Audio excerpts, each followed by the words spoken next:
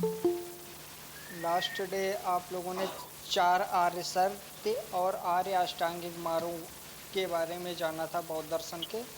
और आगे की कुछ जानकारी आप लोगों को अब से पाल देंगे। Start now. Yes sir, start करें sir. Yes. Morning class and good morning sir. Good morning sir. Good morning जैसा सर। कि good morning, good morning. Good हम मॉर्निंग लोग सर। Good morning.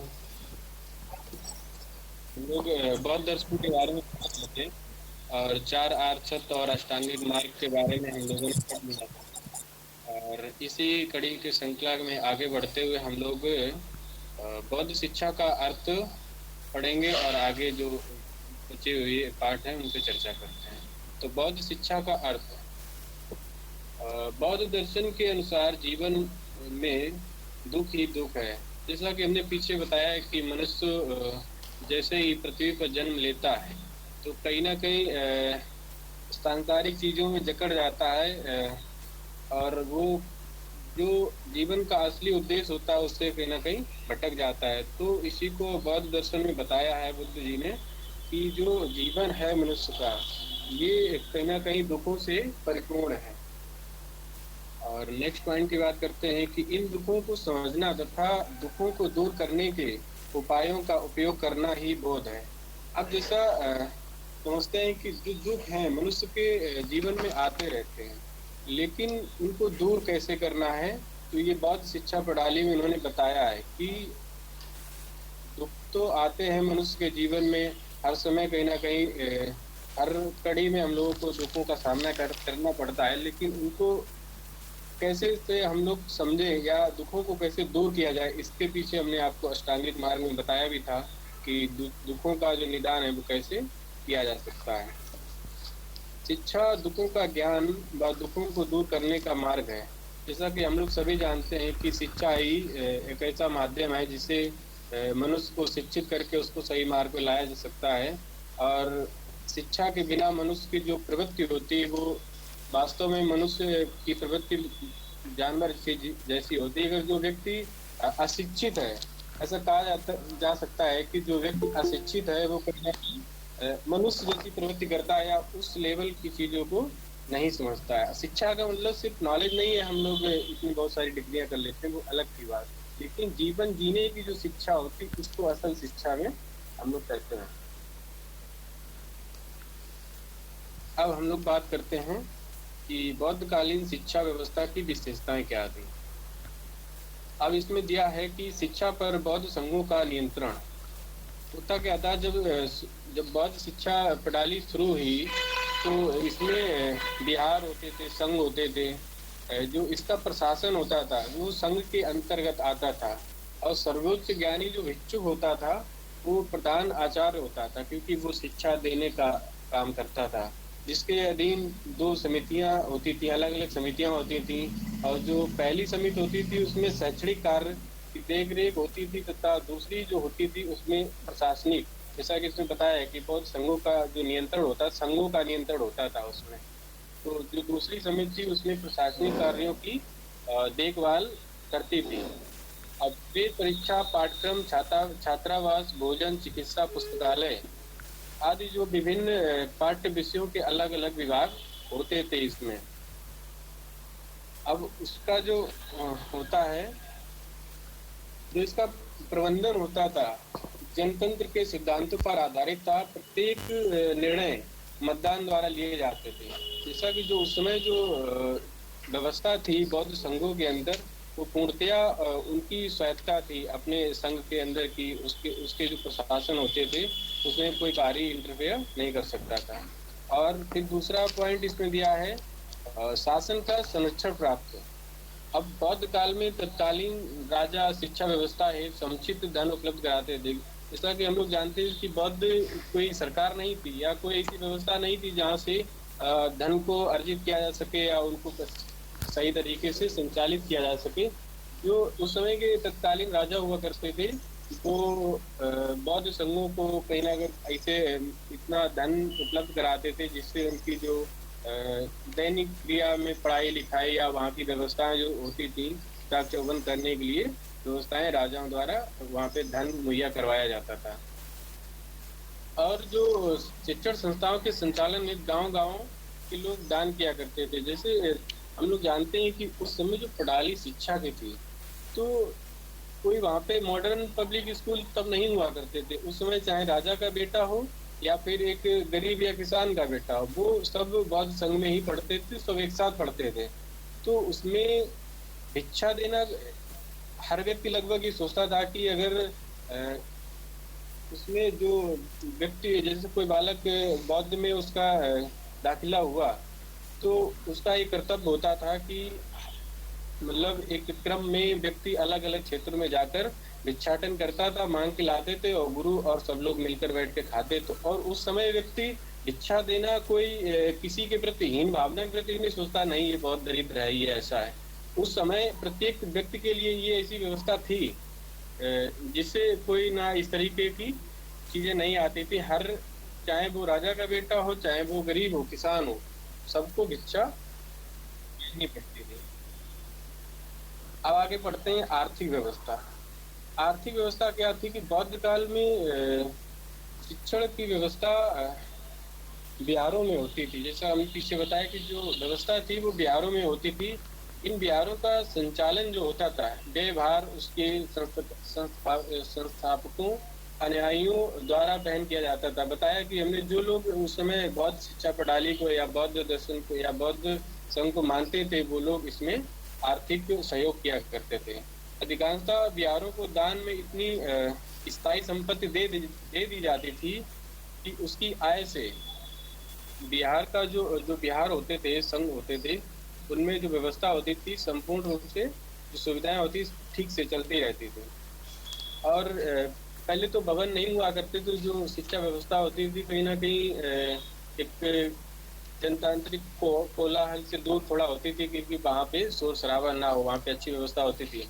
लेकिन जब आर्थिक व्यवस्थाएं होने लगी, चीजें आने लगी, तो फिर कहीं ना कहीं भवन का निर्माण हुआ, व्यवस्था एक सही व्यवस्थित तरीके से की जाने लगी।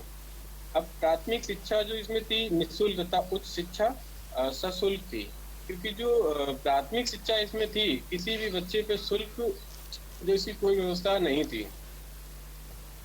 और आरंभ में शिक्षा केवल बौद्ध भिक्षु को ही दी जाती थी, परंतु 12वीं सदी के प्रारंभ से सामान्य जन को भी शिक्षा देने का प्रबंध किया गया था। क्योंकि जो प्रारंभिक शिक्षा थी पहले सबको देने का प्रबंध नहीं था, लेकिन बाद में 12वीं सदी के बाद में लगभग सभी को शिक्षा देने का इसमें प्रबंध कर दिया गया था। और प्राथमिक जो शिक्षा थी ये कहीं ना कहीं निःशुल्क थी। और जो उच्च शिक्षा थी सशुल्क का मतलब था उसमें कोई पैसे से रिलेटेड नहीं था, लेकिन वहाँ पे वो व्यक्ति अपनी सेवाएं देते थे और जो अलग अलग तरीके की व्यवस्थाएं होती थी उनको देखने का काम करते। तो इस तरीके से जो शिक्षा थी वो सशुल्क थी। और ये बताना चाहेंगे कि जो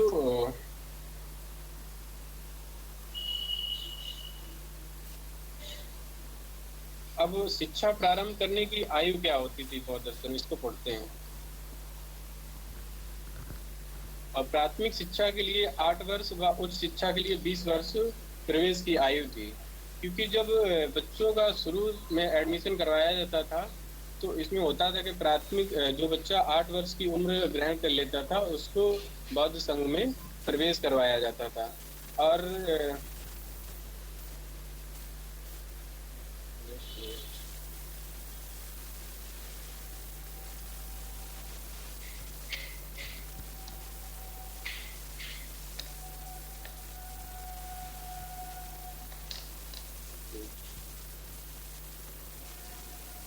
जो उच्च शिक्षा में प्रवेश के लिए योग्यता की कठिन परीक्षा ली जाती थी। क्योंकि जो उच्च शिक्षा होती थी तो उसमें कहीं ना जो प्रारंभिक शिक्षा पूर्ण हो जाती थी तो इसके बाद में बालक को उच्च शिक्षा में प्रवेश करने के लिए दिया जाता था। और जो प्रवेश परीक्षा, जो प्रवेश में जाति बंधन नहीं था, क्योंकि जो बौद्ध शिक्षा प्रणाली थी इसमें जात व्यवस्था को लेकर बिल्कुल ही डिफेंड किया गया। और किसी भी जाति समुदाय व्यक्ति हो या बालक हो उसको इसमें प्रवेश दिया जाता था। अब बौद्ध शिक्षा के 3 वचन एवं नियम पवज्जा संस्कार। अब जो शिक्षक भिक्षु उसका पवज्जा संस्कार करते थे, इस संस्कार के दौरान शिक्षक शिष्य से निम्न वचन उच्चारित करवाते थे कि जब बच्चे का प्रारंभिक प्राथमिक कक्षा में जब उसका दाखिला करवाया जाता था, तो जो भिक्षु हुआ करते वहाँ पे मठों में उसका पवज्जा संस्कार करवाते थे। शिष्यों से 3 वचनों का उच्चारण करवाते थे। कहते थे कि बुद्धम शरणम गच्छामि, I go to the shelter of Buddha. हम बुद्ध की शरण में जाते हैं। एक तरफ जब भिक्षु बोलते थे, दूसरी तरफ बच्चा भी बोलता था कि बुद्धम शरणम गच्छामि। तो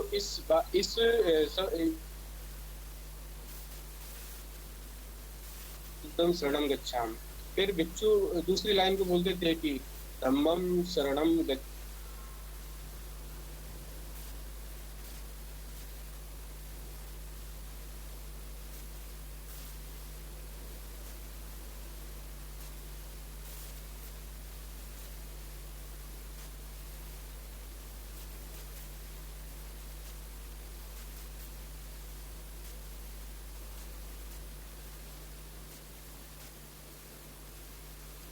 तो मतलब उच्चारण करवाया जाता था, बुद्धम शरणम गच्छामि, धम्मम शरणम गच्छामि, और इसके बाद में संगम शरणम गच्छामि।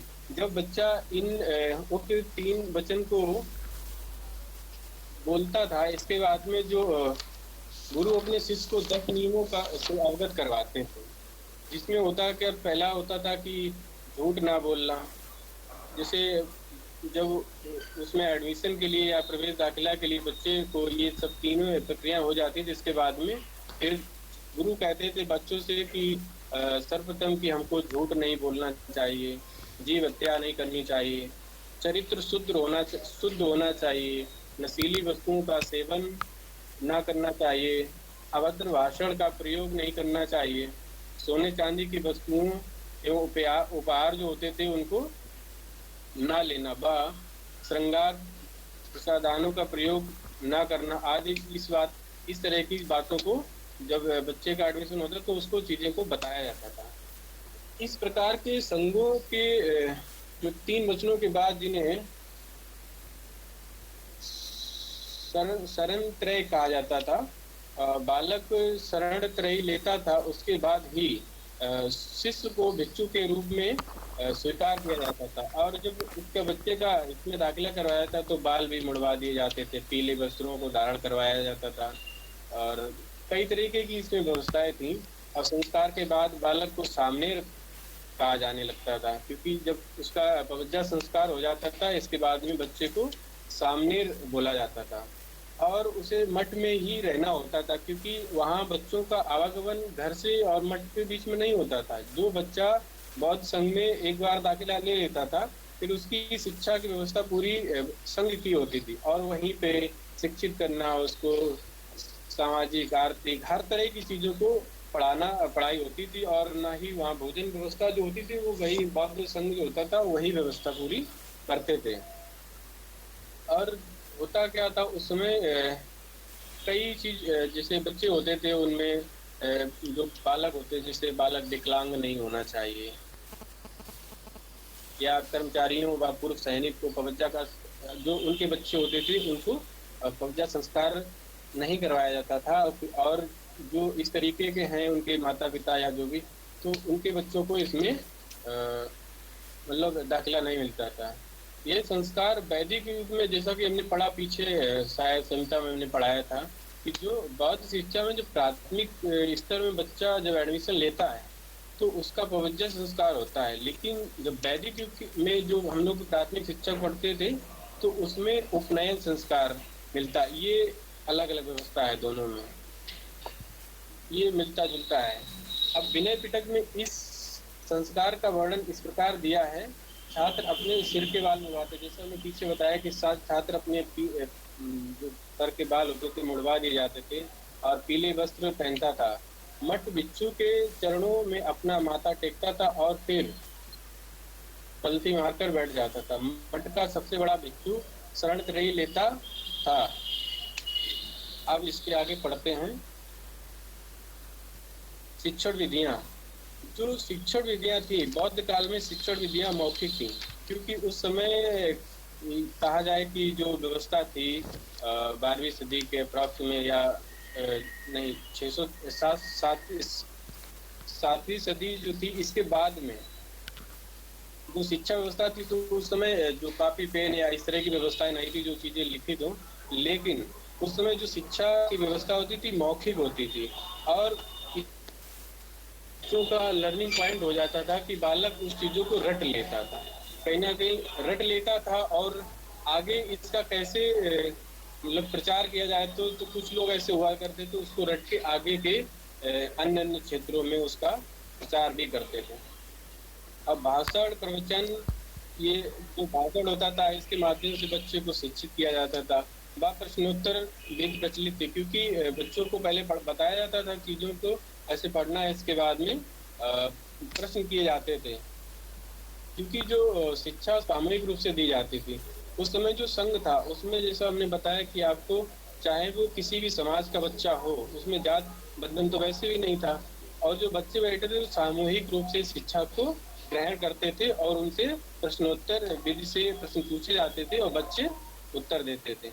अब प्रकृति निरीक्षण, क्योंकि प्रकृति जो होती थी उसमें जो बौद्ध शिक्षा प्रणाली थी, तो होता क्या था, जब पहले तो शिक्षा ही ऐसे जन कोलाहल से दूर होती थी, क्योंकि वहाँ पे वो शोर शराबा या चीजें ऐसी ना हो, तो प्रकृति के निरीक्षण में वहाँ पे बालक को चीजों को जन्माया जाता था कि ये क्या चीज है, या प्रकृति की चीजों से अवगत कराया जाता था। और तर्क, तर्क मतलब बच्चे को पहले पढ़ाया जाता था, इसके बाद में आपस में ही तर्क वितर्क करने, या आगे दिया है वाद विवाद, क्वेश्चन करना, फिर एक पूछना, उसका तर्क निकालना, उससे पूछना, तो ये चीजें, इस तरह की शिक्षण विधियों का प्रयोग बौद्ध काल शिक्षा प्रणाली में किया जाता था। अब बौद्ध शिक्षा के उद्देश्य एवं आदर्श, अब इसको हम आगे पढ़ते हैं।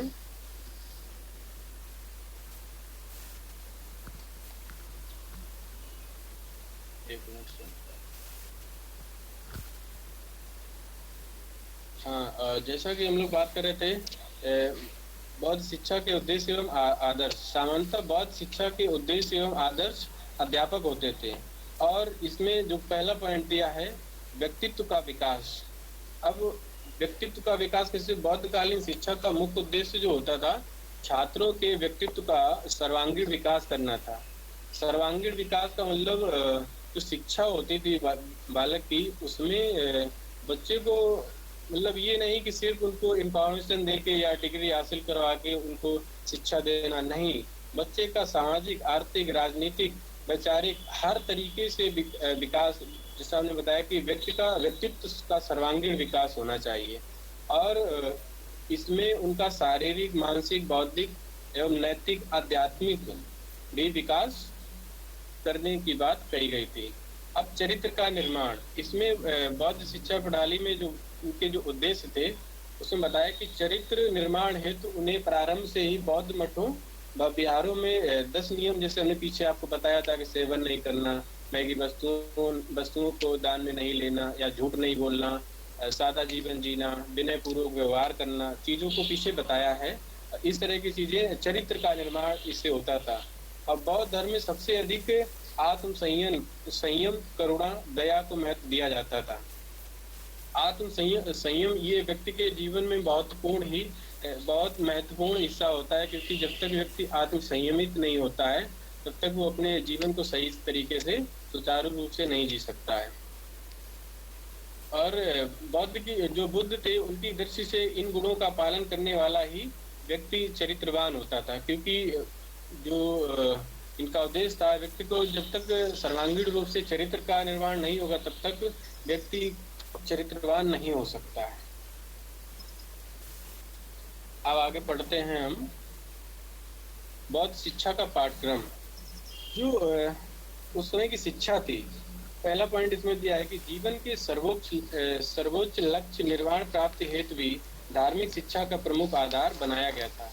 जो जीवन के सर्वोच्च लक्ष्य जो थे, हमने निर्वाण प्राप्ति के बारे में बताया था आपको कि जीवन का जो सर्वोच्च लक्ष्य होता है वो कहीं न कहीं धार्मिक शिक्षा का प्रमुख आधार बनाया गया था। क्योंकि उस समय बौद्ध शिक्षा प्रणाली से पहले वैदिक शिक्षा प्रणाली थी, तो उसमें भी कहीं न कहीं चीज़ों को रटना और अ, वैदिक जो संस्कृति थी उसमें संस्कृत का जो मंत्रोच्चार होते थे, उनको उच्चारण करना, चीज़ों को इस तरीके से धार्मिक तरीके से चीज़ों को बताया जाता था।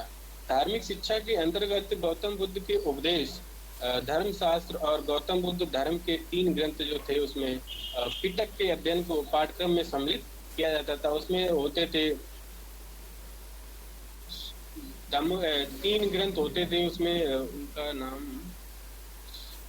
क्योंकि जो इसका पाठ्यक्रम होता था, नीति शास्त्र हो गया, धर्म शास्त्र, समाज शास्त्र को विशेष महत्व दिया जाता था तथा जैसा कि वैदिक काल शिक्षा थी तो उसमें भी वेद, उपनिषद, पुराण, ज्योतिष, व्याकरण, योग आदि को सम्मिलित किया गया था। वैसे ही इसमें बौद्ध शिक्षा प्रणाली में भी बच्चों को इस तरीके की धार्मिक चीज़ों से अवगत कराया जाता था। और जब बच्चों को इस तरीके की चीज़ों का ज्ञान हो जाता था, तो बच्चे ठीक से चीज़ों को सीख पाते थे। बात करते हैं हम अनुशासन के बारे में।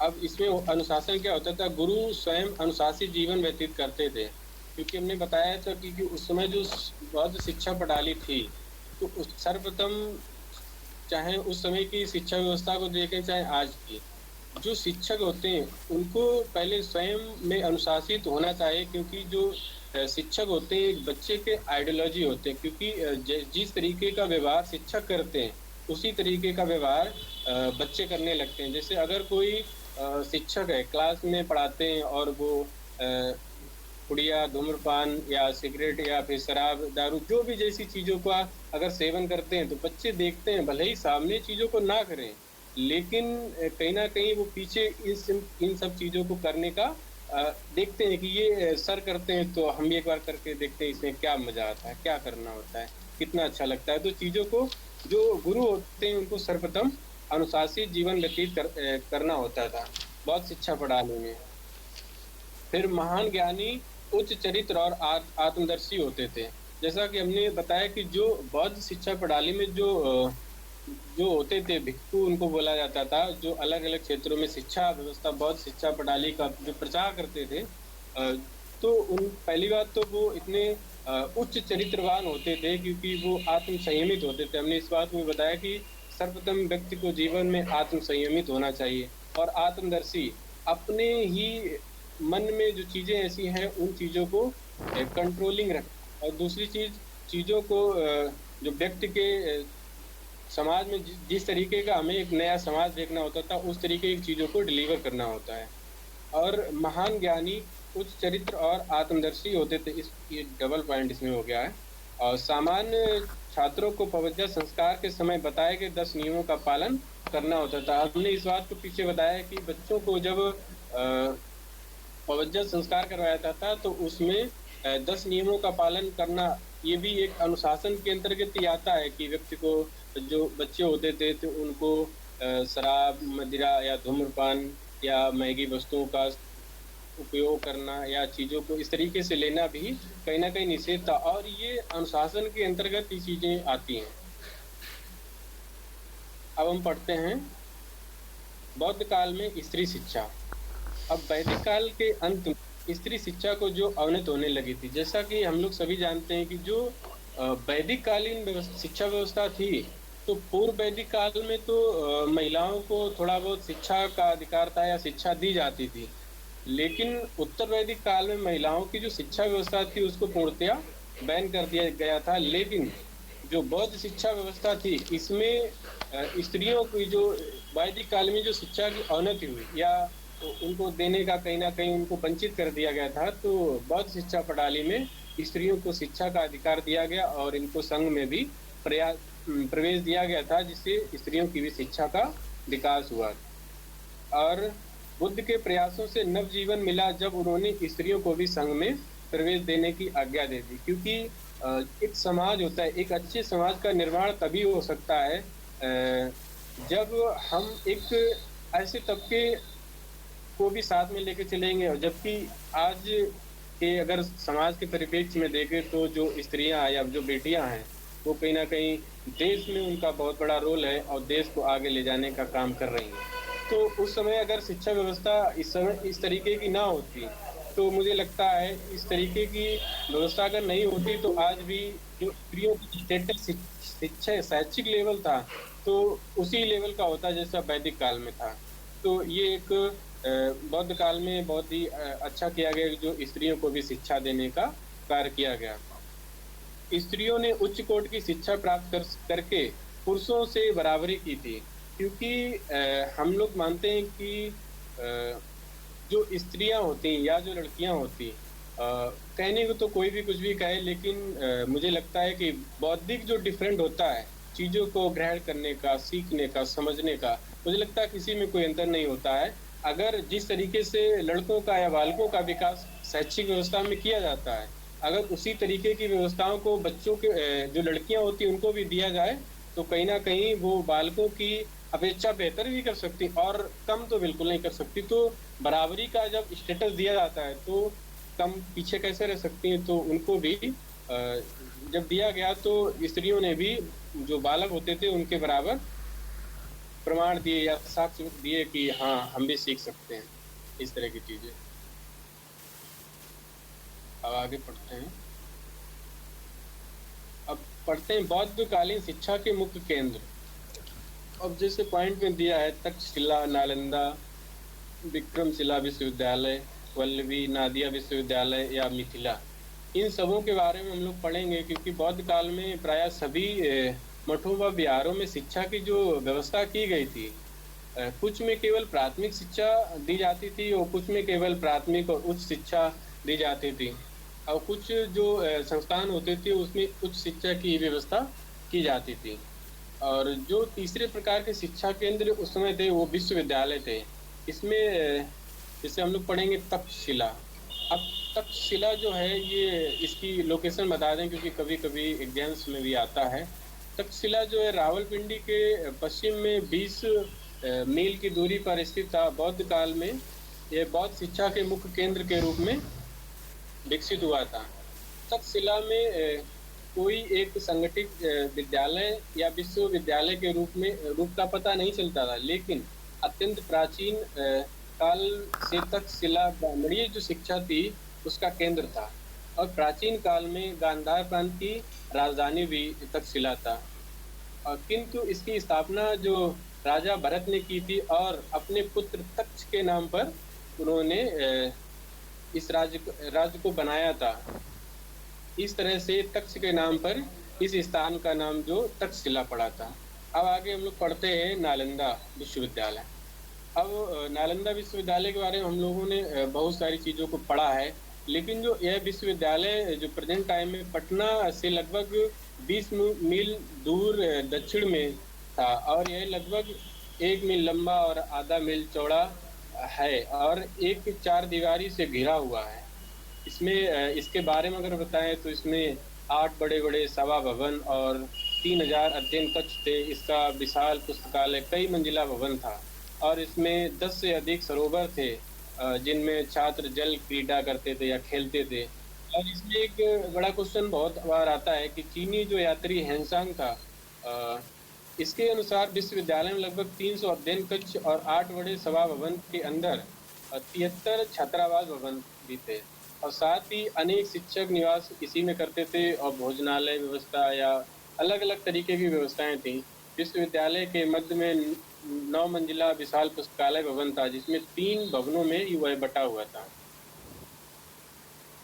और धर्म से संबंधित अगर इसमें पुस्तकों की बात करें तो इसमें लगभग हर तरह की पुस्तकें उपलब्ध होती थी, चाहे वो धार्मिक हो, राजनीतिक हो, या फिर अलग-अलग तरह की चीज़ें। उसमें हज़ारों पुस्तकें मिलती थीं, और सैकड़ों विद्वानों ने जो चीज़ें अपनी लिखी हैं उनकी भी प्रतियां इसमें तैयार करके रखी गई थी, क्योंकि अलग-अलग देश उस समय जो शिक्षा व्यवस्था भारत की थी, तो विदेशों के भी लोग कहीं न कहीं भारत में शिक्षा ग्रहण करने, जैसे चीनी यात्री हेनसांग था, वो यहाँ नालंदा में पढ़ने आया था और चीज़ों को तो उसने सीखा।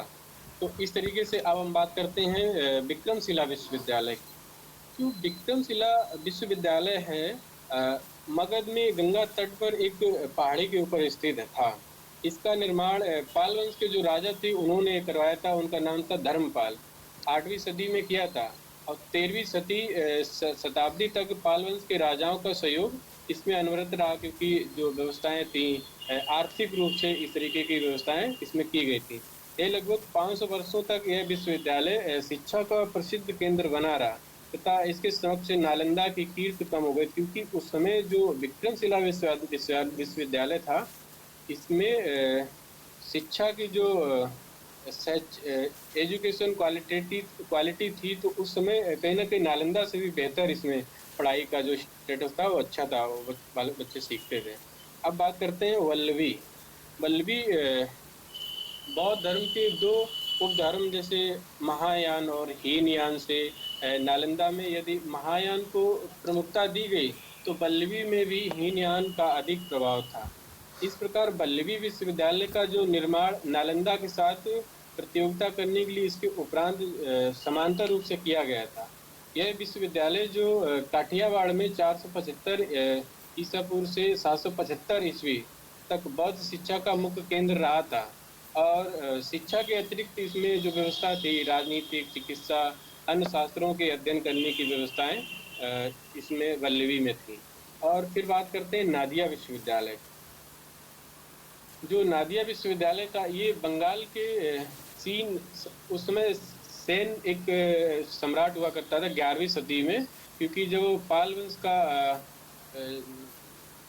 का लो वहाँ से खत्म हुआ तो इसके बाद में सेन वंश का वहाँ पे उदय हुआ। तो सेन वंश के जो सम्राट हुए थे 11वीं शताब्दी में भागीरथी एवं जलौगनी के समय संगम पर नादिया विश्वविद्यालय, क्योंकि एक नादिया जिला भी है पश्चिम बंगाल में, वहाँ पे इसको बसाया गया था।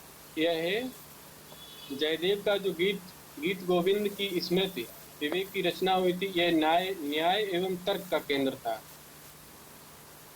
अब आगे पढ़ते हैं हम लोग मिथिला के बारे में, क्योंकि जो मिथिला थी बौद्ध शिक्षा का केंद्र ये भी था और उपनिषद काल में जो ब्राह्मण शिक्षा का मुख्य केंद्र था। यहाँ पर राजा जनक विद्वानों से विचार विमर्श किया करते थे और पाल राजाओं ने इसका विकास किया था। यहाँ पर गांधार नामक विद्वान ने गीत गोविंद, ये थोड़ा सा मिस्टेक है सर इसमें, और गीत गोविंद, मालती, माधव आदि रचनाओं जो इसमें लिखी थी और विद्यापति ने यहाँ पर जन्म लिया था। बौद्ध काल में इसका और विकास हुआ। बाद में ये कृष्ण भक्ति का केंद्र बना। यहीं जयदेव एवं विद्यापति का भी उत्कर्ष हुआ। उन्होंने अपने कर्तव्य की छाप समस्त हिंदी भाषाई प्रदेशों पर डाली, क्योंकि जो वल्लभी था ये बौद्ध शिक्षा का प्रमुख केंद्र था और इसमें बौद्ध शिक्षा से संबंधित चीजों को शिक्षा ग्रहण की जाती थी। अब वैदिक शिक्षा प्रणाली और बौद्ध शिक्षा प्रणाली में समानता है। इस पॉइंट को हम लोग पढ़ते हैं कि जो दोनों शिक्षा प्रणालियों में शिक्षा का सर्वोच्च लक्ष्य जो होता था मोक्ष की प्राप्त करना। जैसा कि हम लोग बताए थे कि पीछे भी इसमें अष्टांग मार्ग की बौद्ध शिक्षा प्रणाली थी। इसमें जैसा कि गौतम बुद्ध जी ने बताया कि जीवन दुखों से परिपूर्ण है और अप्रिय से संयोग दुखमय है, प्रिय का वियोग दुखमय है। तो जीवन होता क्या कि जो व्यक्ति होता था वो कहीं ना कहीं जीवन मरण के चक्कर में पड़ा रहता है और अंत में उसका अंत हो जाता है। तो जो गौतम बुद्ध ने जो शिक्षा प्रणाली दी थी तो इसमें जो उन्होंने लक्ष्य बताया शिक्षा की, नहीं, जीवन इन सब चीज़ों से ग्रसित है, लेकिन जीवन का मुख्य उद्देश्य होना चाहिए वो मुक्ता, जो मोक्ष की प्राप्त करना। यही शिक्षा व्यवस्था या जो शिक्षा प्रणाली थी वैदिक कालीन शिक्षा में, उसमें भी कहीं ना कहीं मोक्ष प्राप्त की बात करते थे। अब दोनों शिक्षा प्रणालियों में शिक्षा पूर्णतः स्वतंत्र, स्वायत्त तथा शासन के नियंत्रण से मुक्त थी। क्योंकि हमने बताया आपको कि जो शिक्षा प्रणाली बौद्धकालीन शिक्षा थी वो बौद्ध मठों में दी जाती थी और जो वैदिककालीन शिक्षा थी वो भी कहीं ना कहीं कोलाहल से दूर होती थी। उनके भी अलग अलग शिक्षा संस्थान ऐसे हुआ करते थे। तो जो व्यवस्था शिक्षा व्यवस्था थी उस पे किसी का नियंत्रण नहीं होता था।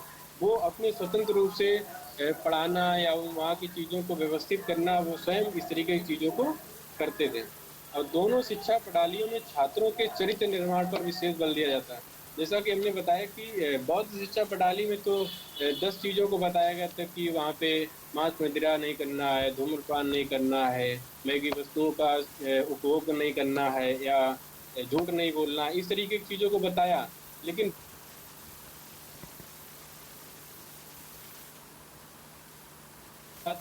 जो मंत्रोपचार करवाए जाते थे या वेद उपनिषद की शिक्षा दी जाती थी, कहीं ना कहीं उनसे जो ज्ञान की प्राप्ति होती थी उससे बच्चों के चरित्र का विकास होता था। शिक्षा संस्थाओं के नियमों का कठोरता से पालन करना होता था, क्योंकि जो शिक्षा व्यवस्था थी, जो उनके संस्थान थे, तो उसमें जो बच्चे पढ़ते थे उसमें जो नियम थे वो बड़ा कठोर थे, एकदम अनुशासित थे। चाहे वो वैदिक कालीन शिक्षा प्रणाली हो, चाहे वो बौद्ध शिक्षा प्रणाली हो। और दोनों में ही जो व्यवस्थाएं थी बड़ा टाइट हुआ करती थी। अगर सुबह 4 बजे उठना है तो फिर उठना है, और सबको अपने अपने काम बटे हुए रहते थे।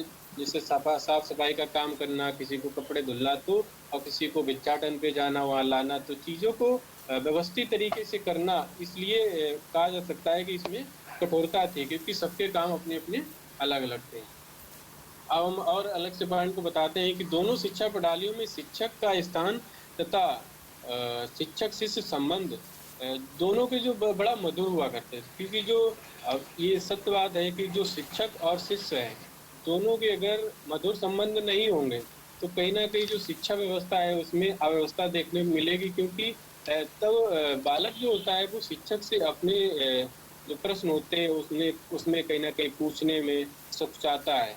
लेकिन अगर वही फ्रेंडली होगा तो चीजों को, अगर वो नहीं भी पूछना चाहता तब भी वो चीजों को पूछेगा और उसके विषय में जानकारी ले लेते हैं। तो ये भी एक जो शिक्षक और शिष्य के संबंध हुआ करते थे वैदिक काल में और बौद्ध काल में, दोनों में बड़े मधुर हुआ करते थे।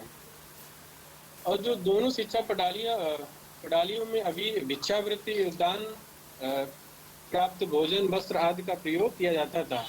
और जो दोनों शिक्षा प्रणालियों में जो बताया हमने कि पवित्रता शुद्धता पर बल अधिक दिया जाता था।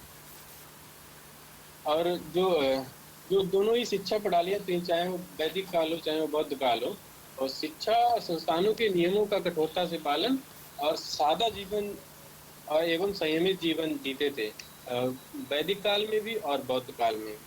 अब हम बात करते हैं आगे बौद्ध शिक्षा प्रणाली का मूल्यांकन।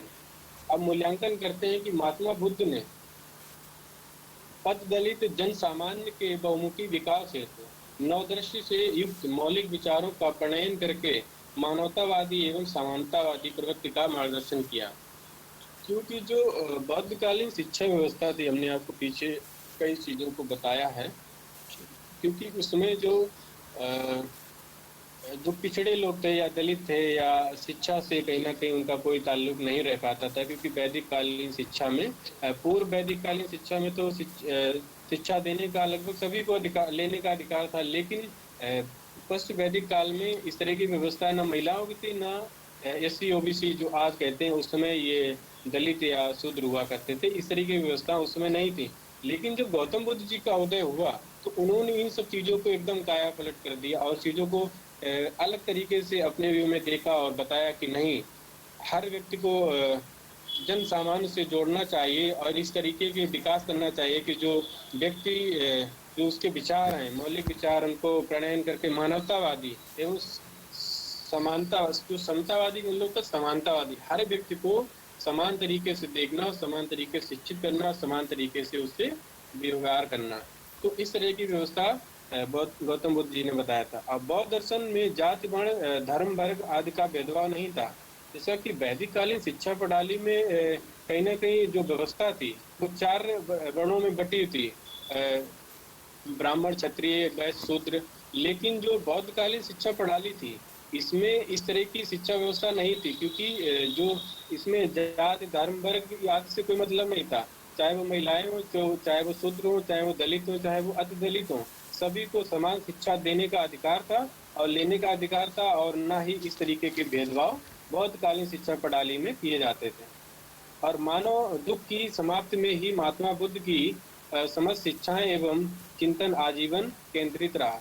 क्योंकि इन्होंने बताया, जब हमने आपको बताया था कि गौतम बुद्ध जी थे, अ, जब ये जब ये बड़े हुए तो इन्होंने देखा कि जब बाहर जाते थे घूमने टहलने को, तो एक इनकी कहानी है कि एक कहानी है, तो एक बार ये सही बौद्ध शिक्षा प्रणाली के प्रचार करने के लिए जा रहे थे रास्ते में। तो कई बच्चे थे, तो वो एक पेड़ से जो पत्थर होते हैं उनको मार के आम को गिरा रहे थे। तो गौतम बुद्ध जी इधर से जा रहे थे तो बड़ा थक गए, तो पेड़ के नीचे बैठ गए। तो बच्चे जब पत्थर मार रहे थे पेड़ में, तो हुआ क्या कि एक पत्थर गौतम बुद्ध जी के सिर में लग गया। और जब सिर में लग गया तो बड़ा खून निकलने लगा, ब्लड निकला। तो एकदम से ये रोने लगे, उदास हो गए, बहुत ज्यादा आंसू गिराने लगे। तो बच्चे आए कि अरे ये तो साधु थे। तो उन्होंने बच्चों ने पूछा, अरे महाराज गलती हो गई, माफ कर दीजिए। और बहुत बच्चे गिड़गिड़ाने लगे। तो गौतम बुद्ध जी ने कहा कि बालक, मैं इसलिए नहीं रो रहा हूँ कि आपने मुझे पत्थर मार दिया है, लेकिन मैं इसलिए रो रहा हूँ कि आपने पेड़ में पत्थर मारा तो पेड़ ने आपको आम दिया, मीठा आम दिया, लेकिन आपने हमको पत्थर मारा, हम आपको कुछ नहीं दे सकते हैं, इसलिए हम रो रहे हैं, ना कि आपके पत्थर से रो रहे हैं। तो कहीं ना कहीं चरित्र निर्माण की बात इस तरीके से करते थे गौतम बुद्ध जी। हम लोगों को इस तरीके की चीजों समझनी चाहिए। अब इसी में एक परिभाषा है प्रोफेसर E.A. बर्ट। बौद्ध दर्शन महात्मा बुद्ध के उपदेशों का एक संग्रह है, जिसमें धर्म के मूल तत्व शांति, ज्ञान, जीवन के दोष से बचने और इंद्रिय सुख का त्याग, जैसा कि हमने बताया था। जो चार्वाक दर्शन था तो उसमें कहीं ना कहीं इंद्रिय सुख था, उपभोग था, चीजों को उस तरीके से वो जीते थे। लेकिन जो गौतम बुद्ध जी की व्यवस्था थी उसमें ये कहते थे कि ये सब कुछ नहीं है, और शांति से जीवन जिया जाए, ज्ञान की जो अभिवृत्ति होती है या उसको ग्रहण करने चाहिए, और जीवन के जो दोष हैं उनसे बचना चाहिए, और सुख का त्याग करना चाहिए, और प्रज्ञान और निर्माण प्राप्त कर विचार करना चाहिए। क्योंकि जो सुख होता है वो कहीं ना कहीं दुख का कारण होता है। तो इसको गौतम बुद्ध बताते थे कि इसको त्याग देना चाहिए। फिर आगे पढ़ते हैं कि उन्होंने कहा कि निसंदेह बौद्ध दर्शन में उसमें निहित शैक्षिक विचार आधुनिक वैश्वीकरण के युग में मैत्री सह अस्तित्व, आत्मिक कल्याण, सहयोग, शांति और दुख मुक्त का दिव्य संदेश देते थे। क्योंकि जो दुख है इसलिए इन्होंने अष्टांग मार्ग की खोज की और 4 आर्य सत्यों की खोज की। उन्होंने बताया कि जो जीवन है उसको कहीं ना कहीं दुखों, जीवन जो होता है वो दुखों से परिपूर्ण होता है, लेकिन इसको सुख में कैसे बनाया जाता है, इस बारे पे गहन अध्ययन करके गौतम बुद्ध जी ने बताया कि जीवन दुखों से परिपूर्ण है। इसको हम लोग गृहस्थ चीजों को छोड़कर एक ऐसी सांसारिक जीवन को जिया जाए जिससे हम लोग दुखों से मुक्त हो सकें। और ये है हमारी संदर्भ ग्रंथ सूची। और इसके आगे thank you class, thank you sir. Okay, thank you sir. थोड़ा सा अभी इसमें मैं आपको बताना चाहूँगा कि जो संदर्भ ग्रंथ सूची है इसमें थोड़ा सा गलत है। मैं इसको ठीक करके ही सबमिट करूँगा, क्योंकि इसमें ये एड्रेस नहीं डाला जाता, मैंने डाल दिया था, हालांकि बदल दिया दूसरी स्लाइड में और इसमें पड़ा हुआ है, तो इसके लिए थोड़ा सा सॉरी। यस, कोई बात नहीं सर।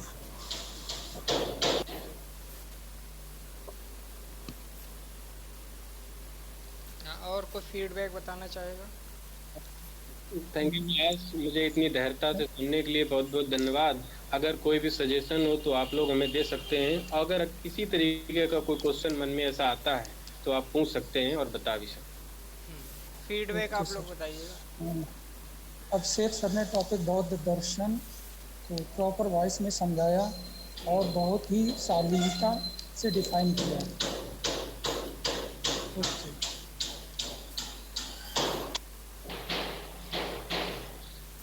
और कोई बताना चाहेगा कुछ कमियां, कुछ अच्छे यस सर, अमित। हाँ बोलिए। हाँ जी अभिषेक सर, आपने दर्शन जैसा कि बहुत विशाल दर्शन है, और इस दर्शन को 3 क्लास में समराइज करके उसके मुख्य मुख्य कंटेंट और उसके छुपे बिंदुओं को काफी बेहतर तरीके से समझाया है। चौड़ी आदि सत्य या फिर अष्टांगिक मार्ग, इन सब चीजों को बहुत अच्छे से डिफाइन किया है। और आपका पीपीटी भी बेहतर था। हाँ, तो बहुत अच्छा रहा क्लास, अच्छा लगा, क्योंकि इतना बड़ा दर्शन को इतने कम समय में इतने बेहतर तरीके से समझाने के लिए बहुत अच्छा क्लास रहा। Thank you sir. ये अच्छी बात है कि इन्होंने बहुत सारे पॉइंट्स कवर किए हैं और कम समय में अच्छे चीज़ों को बताने की कोशिश की है। जी सर, और समझाने का जो तरीका था अभिषेक सर का वो भी बहुत ही अच्छा था हाँ। और बहुत ही सरल शब्दों में और बहुत ही धीरज के साथ पढ़ाया। ये बहुत ही अच्छा लगा, सराहनीय है इनकी शिक्षण। यस। Thank you ma'am. जो इसका मुख्य भाग था बौद्ध दर्शन का, जो 4 आर्य सत्य और आर्य अष्टांगिक मार्ग, ये इनके मुख्य भाग हैं। इनको इन्होंने बहुत अच्छी तरीके से डिफाइन किया और एग्जाम्पल थ्रू और भी चीज़ें बता करके अच्छी तरीके से इसको समझाया। Okay, thank you sir. और भी बताना चाहोगे? नेक्स्ट क्लास की का भी टाइम हो रहा है आप लोगों का। सर उपादान का आशय क्या होता है, मैं इसको जानना चाहूंगी। सर आपने एक साथ उपादान लिया था समझाते समय, उसका क्या मतलब होता है? 1 मिनट देखता हूँ।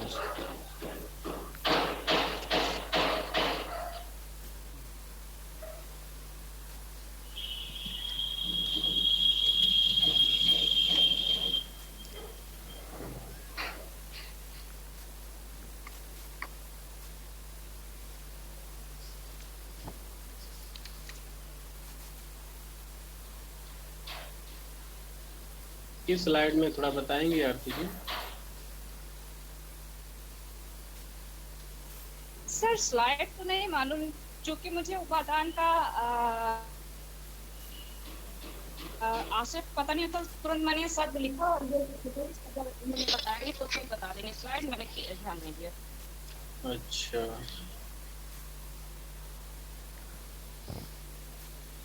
देखना पड़ेगा, क्योंकि इसको चीजें तो बहुत बताई है, हर चीज तो लर्न नहीं रह सकती है और सब हो सकता है बताया।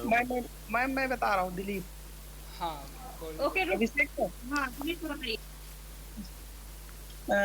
यानी कि उपादान का शाब्दिक अर्थ होता है कि जब किसी वस्तु को की विशेषता बतलाने के लिए, उसकी उपादेयता बतलाने के लिए इस प्रकृति से, इस संसार से, यानी कि इस ब्रह्मांड से कुछ जो उदाहरण ग्रहण किए जाते हैं उनको उपादान कहा जाता है। प्रस्तुत वस्तु की जैसे कहा जाए कि सीता का मुख चंद्रमा के समान है, तो सीता का मुख जो उसकी शोभा बतलाने के लिए हम प्रकृति से, इस ब्रह्मांड से उपादान ग्रहण कर रहे हैं, उदाहरण को ग्रहण कर रहे हैं सीता के मुख की विशेषता बतलाने के लिए। और इसलिए क्योंकि हमको जो हमारा ध्येय है, जो उद्देश्य है, उसकी विशेषता बतलाने के लिए उपादानों का ग्रहण किया जाता है इस प्रकृति से, ब्रह्मांड से। यानी सर तुलनात्मक उदाहरण? जी नहीं, तुलनात्मक नहीं, तुलनात्मक मतलब कि अपनी वस्तु को विशेषता बतला रहा है ना, कि हम किसी वस्तु में जैसे कहा जाए कि उनका मुख कमल के समान, उस स्त्री के नयन मृग के समान है, तो मृग में विशेषता ज्यादा है, और तो इसीलिए तो हम उसकी, उस स्त्री की सुंदरता को बतलाने के लिए, उस वस्तु की सुंदरता बतलाने के लिए उस उपादान को ग्रहण करते हैं अपनी वस्तु को सुंदर बनाने के लिए। जैसे इसको अतिशयोक्त अलंकार में यानी वर्णित किया जाएगा, जैसे हम अपने किसी विषय वस्तु को वर्णन करते हैं तो उपादानों को ग्रहण किया जाता है। किसी वस्तु की तुलना उससे भी उच्च गुण रखने वाले को उपादान कहते हैं। मैं बता रहा हूँ, जैसे कि दिलीप सर ने बताने की कोशिश की आपको, जैसा कि सांसारिक वस्तुओं से चिपके रहने की प्रबल इच्छा, क्योंकि जो मानव होता है यदि सांसारिक वस्तुओं से आसक्त, मतलब इन सब चीजों में नहीं रहता है, तो वह जन्म ग्रहण करने के लिए लालायित नहीं होता है, और आसक्ति होती है ना। सुन लीजिए सर जी, मुझे अभी आपने जो आसक्त शब्द लिया उसका भी आशय जानना है और अनासक्त ये भी जानना है, इसलिए इन दोनों को शब्द का आशय भी बताते हुए ये उपादान बताइएगा।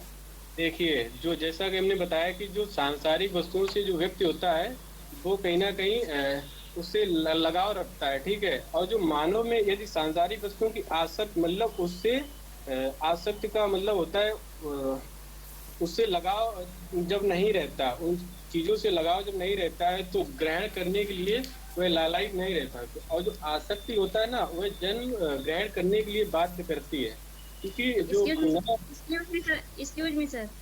सर मैं देश दीपक सर से पूछना चाहूंगी सर, क्योंकि समय बहुत प्रीशियस है। सर क्या ये सही डिफाइनाइट कर रहे हैं आसक्त शब्द को? आसक्त,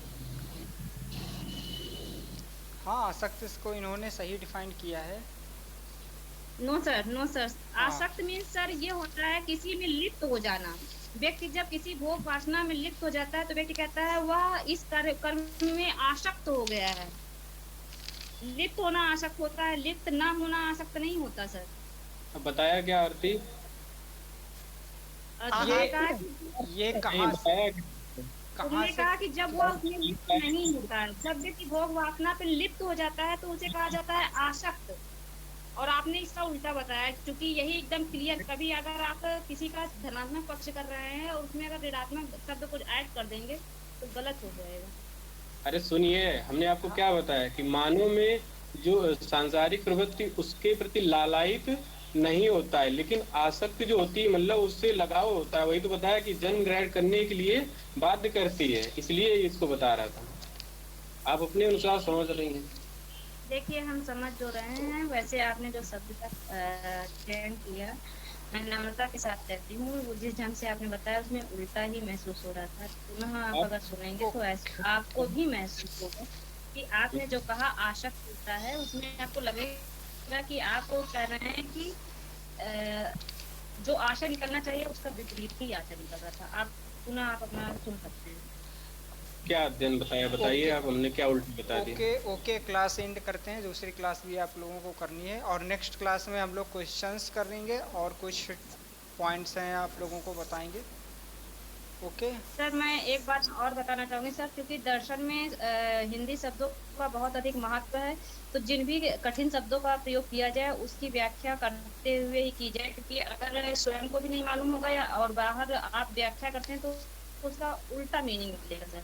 तो सर या तो सरल शब्दों का प्रयोग किया जाए, अन्यथा जितने कठिन शब्द हैं अनासक्त, आसक्त, उपादान, उपादेयता, इन सबका संपूर्णता से आशा बताते हुए बताया जाए सर। आपकी मैं बताऊं, थोड़ा सा ज्ञान जो आपको